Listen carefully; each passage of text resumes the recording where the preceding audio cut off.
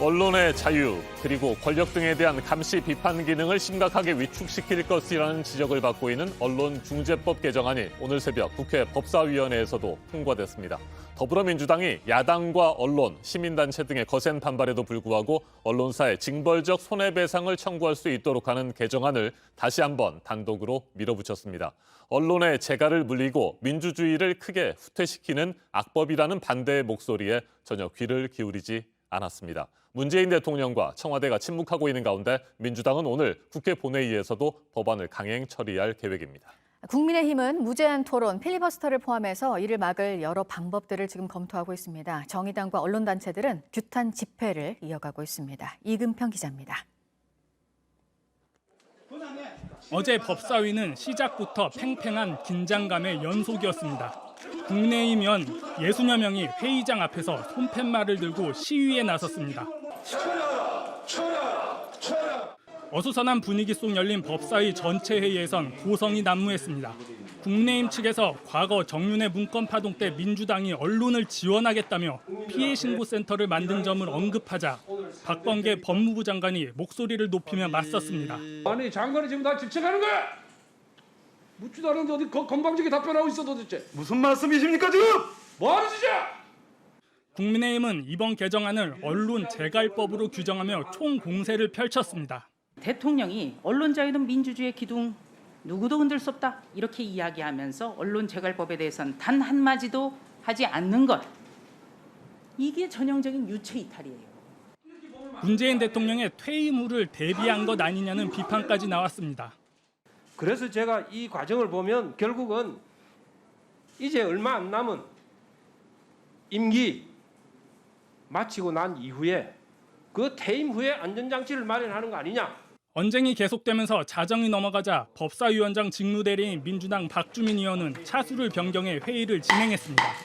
이에 국민의힘 의원들은 반발하며 회의장을 떠났습니다. 그다음에 더 이상 같이 논의하는 것 자체가 일방적인 날치기를 위한 것이기 때문에 같이 할 수 없다. 그래서 저희들은 더 이상 회의 참석을 하지 않겠습니다. 국민의힘이 빠진 채 이어진 법사위는 새벽 2시를 넘겨 마지막 안건이었던 언론중재법 심의에 들어갔습니다. 언론중재법 개정안이 허위보도 내용의 고의나 중과실 범위를 모호하게 설정했다는 점을 놓고 여당 내에서도 논쟁이 오간 끝에 일부 표현을 수정하기로 하고 새벽 4시쯤 통과가 이루어졌습니다. 민주당은 오늘 오후 국회 본회의에서 언론중재법을 최종 처리하겠다는 입장입니다. 반면 국민의힘은 오늘 본회의 통과는 법 위반이라고 맞서고 있습니다. 야당은 위원회 심사를 마친 후 1일이 지나지 않으면 본회의에 상정하지 못한다는 국회법을 근거로 내세우고 있는 겁니다. 정의당도 어제 오후부터 언론 4개 단체와 함께 국회 앞에서 무제한 토론, 필리버스터 방식의 규탄 집회를 벌이고 있습니다. JTBC 이금평입니다.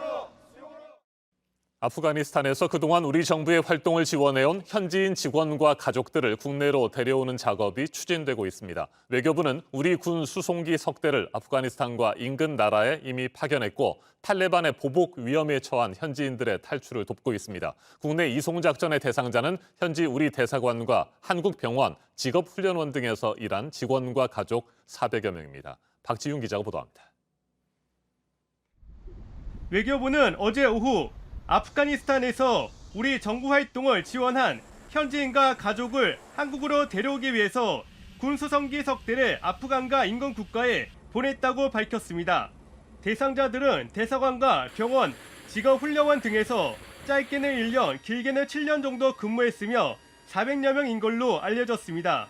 이들은 탈레반 정권이 들어서자 한국 정부에 긴급 도움을 요청했습니다. 일부는 탈레반에 추적을 당하고 총격 피해도 입은 걸로 전해집니다. 신변의 위협을 느끼고 있는 그런 상황이 됐고 안전한 피난처를 확보해 드려야 되는 그런 국가적 어떤 문제 인식을 갖고 있습니다. 한국 정부는 미국의 지원 요청에 따라 2001년부터 아프가니스탄에 비전투 부대를 파병해 2007년까지 주둔했습니다. 2010년에는 지방 재건팀을 보내 2014년까지 현지에서 병원과 직업훈련원을 운영했고 이 과정에서 다수의 현지인들과 협력했습니다. 정부는 아프간인 국내 이송작전을 서두르고 있다고도 전했습니다. 카불 공항의 혼란스러운 상황 등을 고려할 때 미국과의 긴밀한 공조가 필수적인 걸로 보입니다. 한편 로이터 통신은 한국과 일본의 미군 기지를 활용해 아프가니스탄 난민을 임시 수용하는 계획을 고려했던 미국 정부가 수송과 지리적 문제로 이 같은 방안을 폐기했다고 소식통을 인용해 보도했습니다. JTBC 박지윤입니다.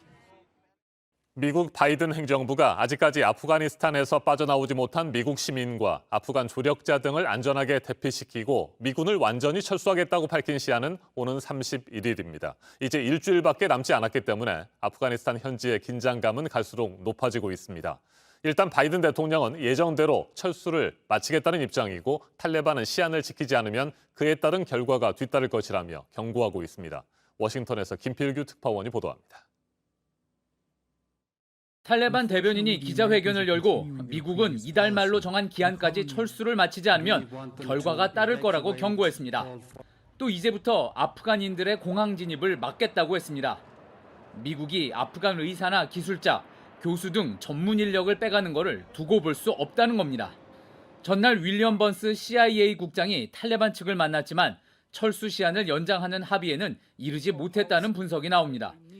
미 국방부는 계획대로 대피 작전을 마칠 거라고 밝혔습니다. Certainly now that we have been able to increase the capacity and the flow, we believe that we have the capability, the ability to get that done by the end of the month. 바이든 대통령도 기자회견을 열고 같은 입장을 확인했습니다. 다만 시한을 지키는 건 탈레반의 협조에 달렸다며 연장 가능성도 일부 열어뒀습니다. 여전히 인파가 몰린 카불 공항 근처엔 탈레반과 총격도 벌어지는 등 혼란이 계속되고 있습니다. 이달 말까지 대피 작전을 마치려면 현재 6천 명 가까이 있는 카불의 병력부터 지금 빼야 합니다. 현실적으로 철수 시한을 연장해야 한다는 국내외의 목소리도 커 31일이 다가올수록 카불의 긴장감은 높아지고 있습니다. 워싱턴에서 JTBC 김필규입니다. 국민의힘에서 이들에 대해 내린 조치도 보면 민주당보다 더 강한 조치를 공언했던 것과는 다르다는 비판이 나오고 있습니다. 1명 제명, 5명에 대해서는 탈당을 권유했고 절반인 나머지 6명에 대해서는 문제가 없다는 판단을 했습니다. 이어서 최수연 기자입니다. 권익위는 의혹이 제기된 국민의힘 의원 12명과 관련해 정부 합동특별수사본부에 수사를 의뢰했습니다.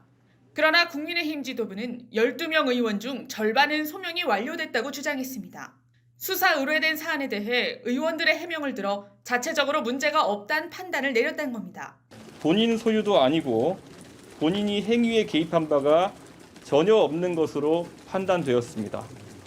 나머지 5명, 강기윤, 이주환, 이철규, 정찬민, 최춘식 의원에겐 탈당 요구를 했습니다. 만장일치로 탈당과 함께 수사에 적극 협조할 것을 요구하기로 하였습니다. 하지만 탈당 요구엔 강제성이 없습니다. 의원이 거부할 경우 탈당을 강제할 수단이 없습니다. 나머지 한무경 비례의원은 제명을 결정했습니다.